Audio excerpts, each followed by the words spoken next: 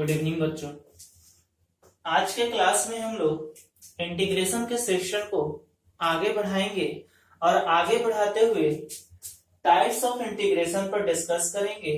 और जैसा कि हम बोले थे पिछले क्लास में कि सारे फॉर्मूलाज को याद कर लेना ताकि हम एक्सरसाइज लगा सके, तो आज से हम एक्सरसाइज शुरू भी करेंगे। तो चलिए बच्चों, टाइप्स ऑफ इंटीग्रेशन को पढ़ने से पहले एक बार इंटीग्रेशन के फार्मूला को फिर से रिवीजन करा देते हैं। तो इंटीग्रेशन के फार्मूला के अंतर्गत हम लोगों ने पढ़ा था इंटीग्रेशन डिफरेंशिएशन एक दूसरे के मल्टीपल इनवर्स होते हैं, जिसके कारण इनका मल्टीपल 1 आता है। देन आफ्टर पढ़ा था इंटीग्रेशन ऑफ dx बराबर x, integration of x to the power n dx is equal to x to the power n plus 1 divided by n plus 1 plus c। फिर ये वाला टर्म हमने बोला था कि ये अलजेब्रिक फंक्शन है। देन आफ्टर हम लोगों ने पढ़ा था ट्रिग्नोमेट्रिकल फंक्शन। ट्रिग्नोमेट्रिकल फंक्शन में हम लोगों ने पढ़ा था कि integration of sin x dx is equal to minus cos x plus c, integration of cos x dx is equal to sin x plus c, integration of sec square x dx is equal to tan x plus c, integration of cosec square x dx is equal to minus cot x plus c, integration of sec x into tan x dx is equal to sec x plus c, integration of cosec x into cot x dx is equal to minus cos x plus c। यहां तक आकर के हमारा trigonometrical term का integration क्या हो जाता था, कंप्लीट हो जाता था। इसके बाद हम लोगों ने पढ़ा था लॉगरिथम टर्म। लॉगरिथमिक टर्म में देखा जाए तो हमने सबसे पहले पढ़ा था integration of 1 by x dx, जिसका वैल्यू आता है log x plus c। Then after integration of exponential x dx, which is equal to exponential x plus c, and integration of a to the power x dx is equal to a to the power x divided by log a base c plus c। इसको इस तरह से repeat कर करके बार बार पढ़ करके आप इसको क्या कर लेना, याद कर लेना। वैसे मैं उम्मीद करता हूं कि आप यहाँ तक याद कर लिए होंगे। देन आफ्टर हम लोगों ने पढ़ा था integration of inverse trigonometrical term. इसके अंतर्गत हमें कुछ 6 फार्मूलाज मिले थे, जिसमें पहला फार्मूला था integration of 1 by root under 1 minus x square dx is equal to sin inverse x plus c। Then after integration of minus 1 by under root 1 minus x square dx is equal to cos inverse x plus c। उम्मीद है आप पढ़ने का तरीका को समझ गए होंगे कि इसको रीड कैसे करना और याद करना कैसे करना है। देन आफ्टर हम लोगों ने जनरल फार्मूला पढ़ा था। जनरल फार्मूला में हम लोग पढ़ा था integration of exponential kx dx is equal to exponential kx by k plus c। यहाँ पे हमने कॉन्सेप्ट क्या दिया था कि x का जो मल्टीपल रहेगा, जो भी एक्स्ट्रा टर्म यहाँ पे कांस्टेंट टर्म रहेगा, वो क्या में आ जाएगा, डिवाइड में आ जाएगा। तो उम्मीद करते हैं आप सभी ये सारे फार्मूलाज को क्या कर लिए होंगे, रट लिए होंगे। तो चलिए आज का क्लास शुरू करते हैं। आज के क्लास में हम लोगों को पढ़ना है टाइप्स ऑफ इंटीग्रेशन। तो बच्चों, इंटीग्रेशन को मुख्य रूप से 2 भाग में बांटा गया है। First indefinite integration and second definite integration. तो देखिए हम दोनों को क्या करते हैं, परिभाषित करते हैं और जानने का प्रयास करते हैं कि दोनों के अंतर्गत क्या रहता है। तो आइए देखते हैं indefinite integration. The integration which have no limiting value is called indefinite integration। वैसा इंटीग्रेशन जिसमें किसी भी प्रकार का कोई भी लिमिटिंग वैल्यू ना हो, क्या ना हो, लिमिटिंग वैल्यू ना हो, तो वैसा इंटीग्रेशन क्या कहलाया जाता है, इनडेफिनिट इंटीग्रेशन कहलाया जाता है। और इस प्रकार के इंटीग्रेशन में एक बात याद रखिएगा कि such integration problem after integration of constant term added. जो इनडेफिनिट इंटीग्रेशन होता है उसको जब हम इंटीग्रेट करते हैं तो उसके बाद एक तो कांस्टेंट टर्म को क्या करते हैं, ऐड करते हैं। तो चलिए उस पे एक एग्जांपल लेते हैं, जैसे integration of cos 3x dx। तो आप देख सकते हैं कि यहाँ पे कोई भी लिमिटिंग वैल्यू इसका नहीं है। इसका मतलब है कि ये जो इंटीग्रेशन है वो कैसा इंटीग्रेशन है, इनडेफिनिट इंटीग्रेशन है। और integration of cos 3x dx को जब इंटीग्रेट करेंगे तो cos x का इंटीग्रेशन हम लोगों ने क्या पढ़ रखा है, तो cos x का इंटीग्रेशन होता है sin x। cos x का इंटीग्रेशन क्या होता है, sin x। तो cos 3x का इंटीग्रेशन क्या हो जाना चाहिए, sin 3x। और हमने क्या बता रखा था पिछले क्लास में कि एंगल x के मल्टीपल में जो भी टर्म होगा वो टर्म क्या आ जाता है, डिवाइड में आ जाता है। जिस प्रकार यहाँ एक्सपोनेंशियल x के मल्टीपल में एक टर्म था k, वो डिवाइड में आ गया, उसी तरीका से यहाँ एंगल x के मल्टीपल में एक एक्स्ट्रा टर्म दिख रहा था 3, वो क्या में आ जाएगा, डिवाइड में आ जाएगा। ये रूल बोलता है। तो integration of cos 3x dx equal to क्या हो जाएगा, sin 3x अपॉन 3। और चूंकि ये इनडिफिनिट इंटीग्रेशन है, और इनडिफिनिट इंटीग्रेशन में अभी तुरंत हम लोगों ने क्या पढ़े कि एक कांस्टेंट टर्म को हम क्या कर देते हैं, ऐड कर देते हैं। तो लीजिए कांस्टेंट टर्म k को हम क्या कर दिए, ऐड कर दिए। आपकी इच्छा हो तो आप यहाँ c को भी ऐड कर सकते हैं, c1 ऐड कर सकते हैं, c2 ऐड कर सकते हैं, एज यू विश।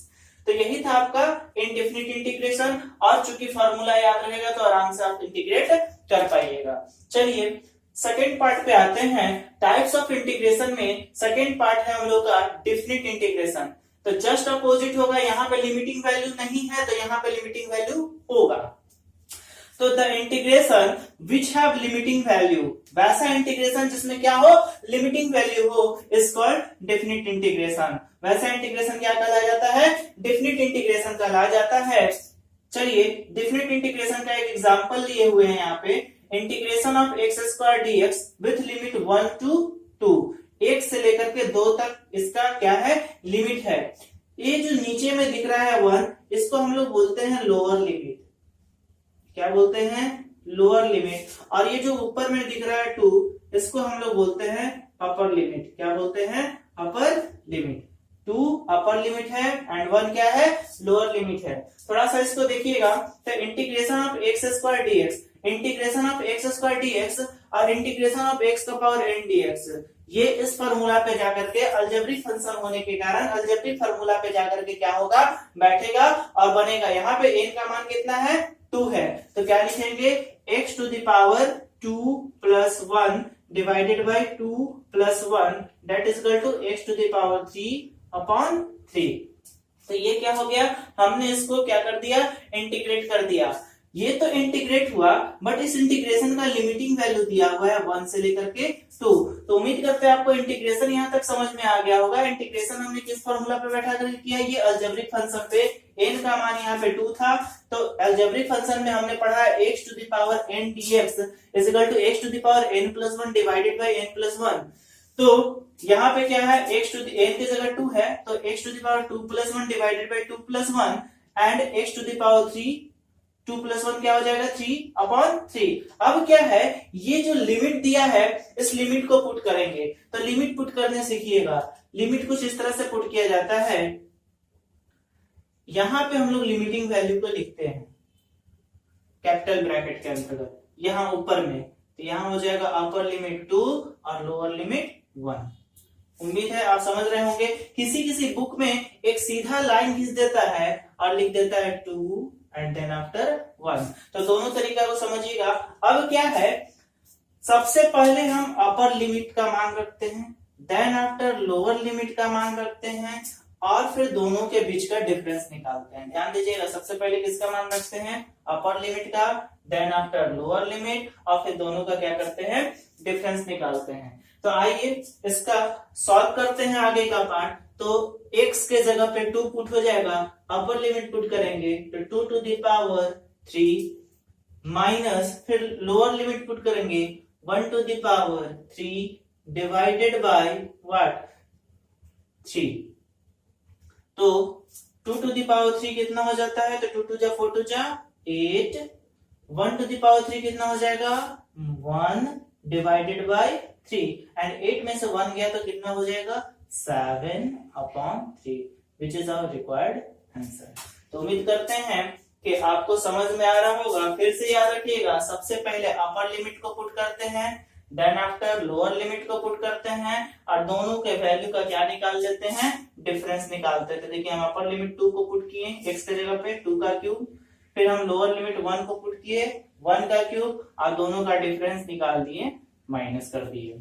ठीक है, एंड देन आफ्टर सॉल्व किए तो रिजल्ट क्या है हमें, 7 अपॉन 3। चलिए आगे आते हैं। उम्मीद करते हैं कि आप टाइप्स ऑफ इंटीग्रेशन को अच्छी तरीके से समझ गए होंगे। तो कुछ प्रॉपर्टीज है इंडेफिनिट इंटीग्रेशन का। तो हमने हमारा नेक्स्ट टॉपिक है some properties of indefinite integration. तो देखिए प्रॉपर्टी नंबर 1 है कि differentiation of integration fx dx। तो हम चूंकि जानते हैं कि डिफरेंशिएशन और इंटीग्रेशन एक दूसरे का क्या होता है, इनवर्स मल्टीपल होता है, इनवर्स होता है, एक दूसरे का इनवर्स मल्टीपल होने के कारण इन दोनों का मान क्या हो जाएगा, 1 हो जाएगा। तो फाइनली हमको यहाँ पे रिजल्ट क्या मिलेगा, एफ एक्स। ये कुछ इससे और इससे मिलता जुलता कॉन्सेप्ट है जो कि एनसीईआरटी बुक में लिखा है। उसके बाद आते हैं प्रॉपर्टी नंबर 2 में कि अगर क्वेश्चन ऐड एंड सब्सट्रैक्ट में लिया है, जैसे एक फंक्शन x है, f जो है x का फंक्शन है, g is also function of x, और दोनों ऐड में लिखा गया है, जोड़ में लिखा गया है या फिर घटाव में लिखा गया हो, तो ये जो इंटीग्रेशन का साइन है, ये जो इंटीग्रेशन का वर्किंग करेंगे वो दोनों पे करेंगे, fx पे भी करेंगे एंड gx पे भी करेंगे विद साइन, जो भी साइन दिया हुआ है।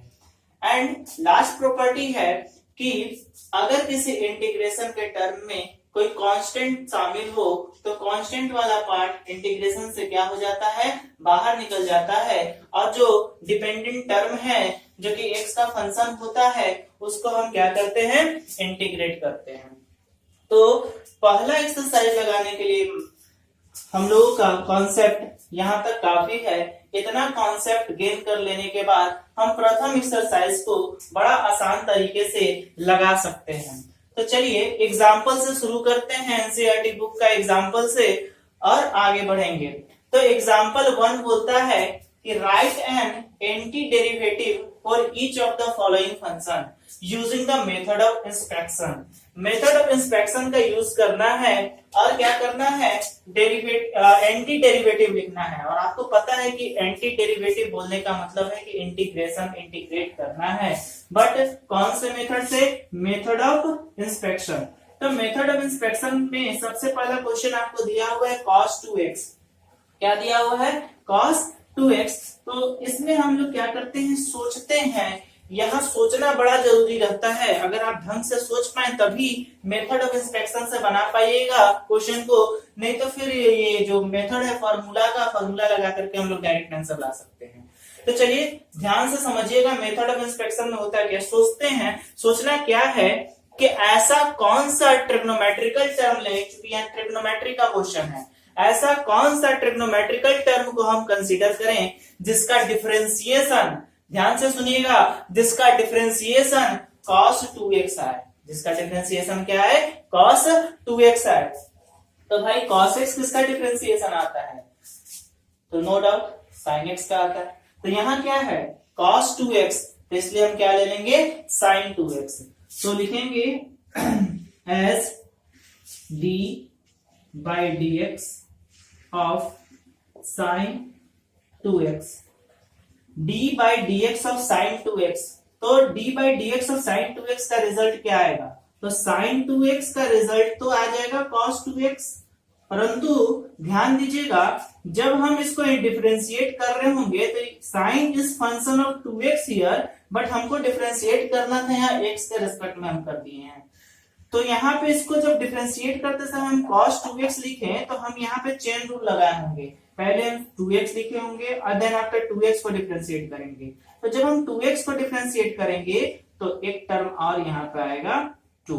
उम्मीद करते हैं आप समझ रहे होंगे बात को, अगर नहीं समझ रहे हो तो मैं यहाँ पे कर देता हूँ, जैसे कि d by dx sin 2x, यही टर्म को हमको डिफरेंशिएट करना था। हम बोल रहे हैं कि ये जो साइन है वो 2x का फंक्शन है, ना कि x का फंक्शन है।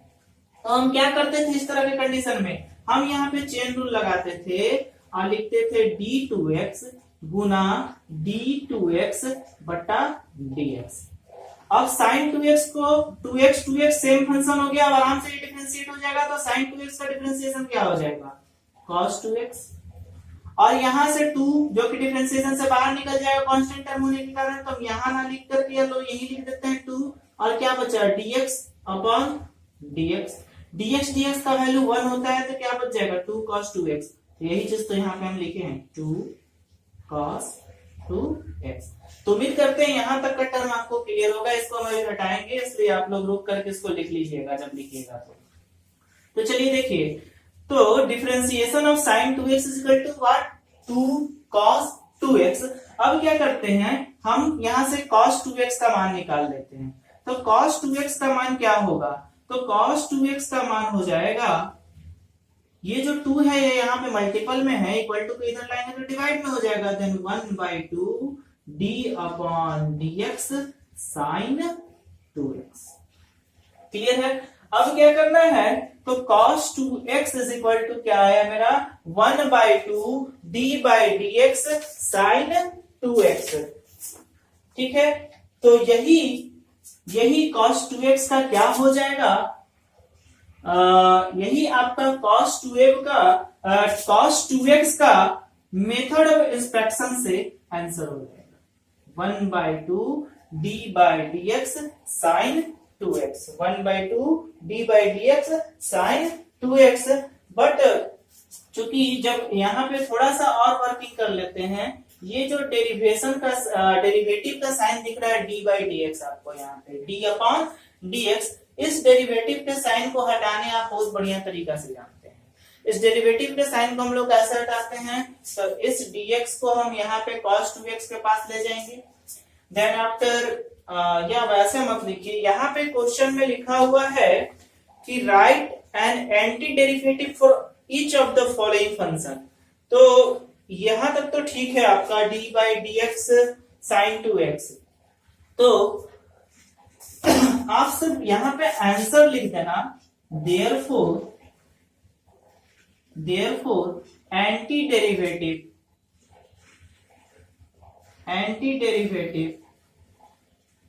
Of cos 2x is equal to sin 2x upon 2। ये मेथड थोड़ा सा डिफिकल्ट है, आपको सोचना पड़ेगा बहुत ज्यादा क्वेश्चन को बनाने से पहले, बहुत सोचना पड़ेगा, तभी जा करके आप बना सकते हैं। यही क्वेश्चन को हम लोग सेकंड मेथड से बना सकते हैं। सेकंड मेथड कुछ इस तरह है, इसको आप लोग कॉपी कर लेना रोक करके, तो मैं इसको मिटा देता हूं तत्काल।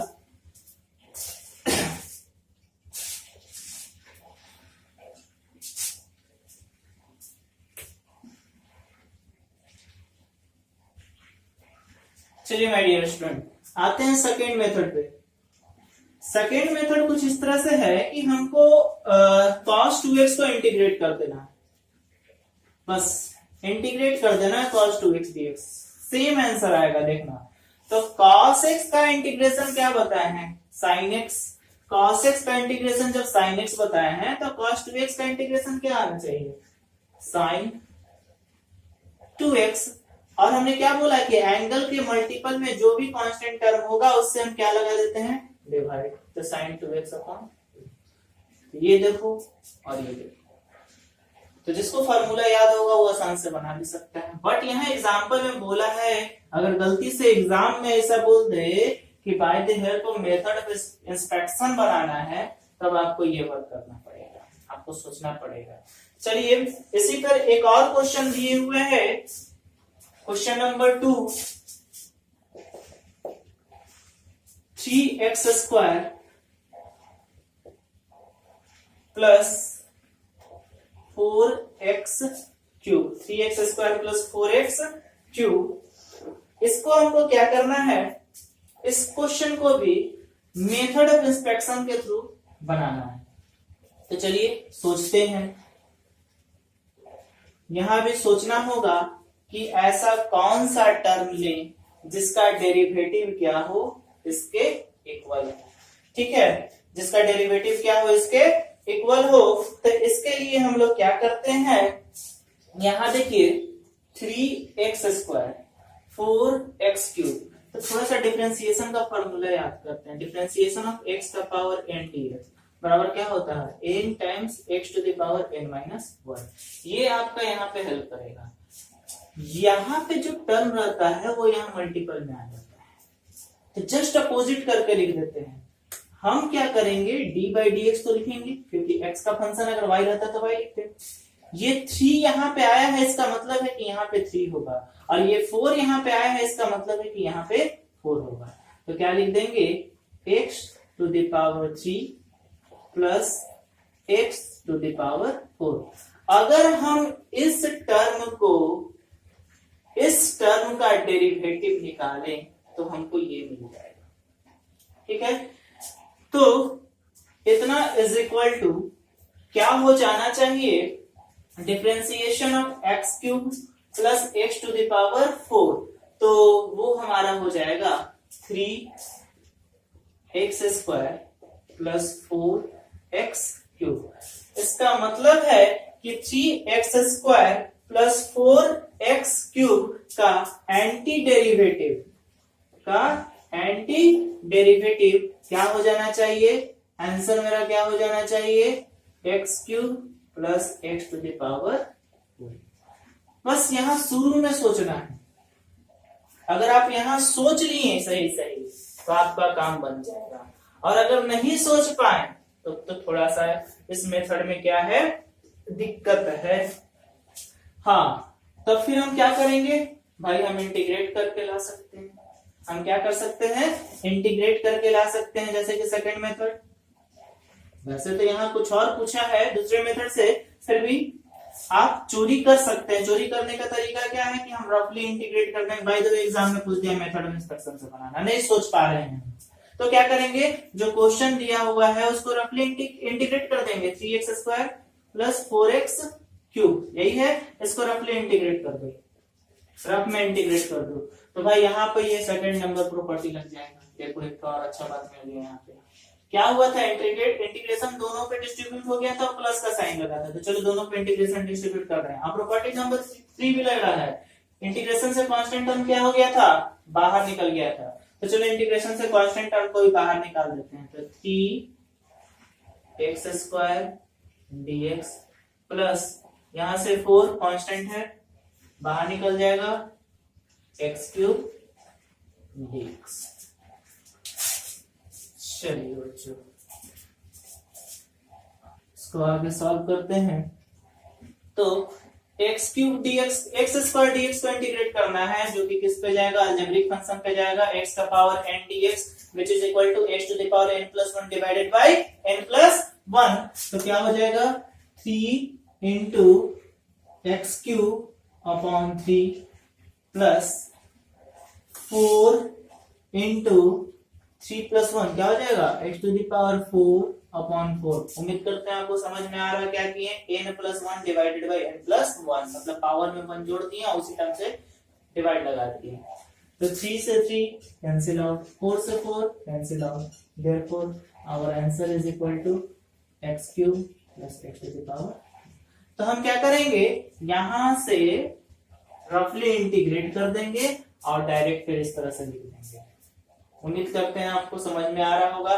तो एक एग्जांपल हम आपके नाम पे छोड़ते हैं कि आप उस एग्जांपल को क्या कीजिएगा? लिख लीजिएगा। तो बना लीजिएगा और यहां तक कॉपी कर लीजिए बच्चों, फिर आगे बढ़ते हैं।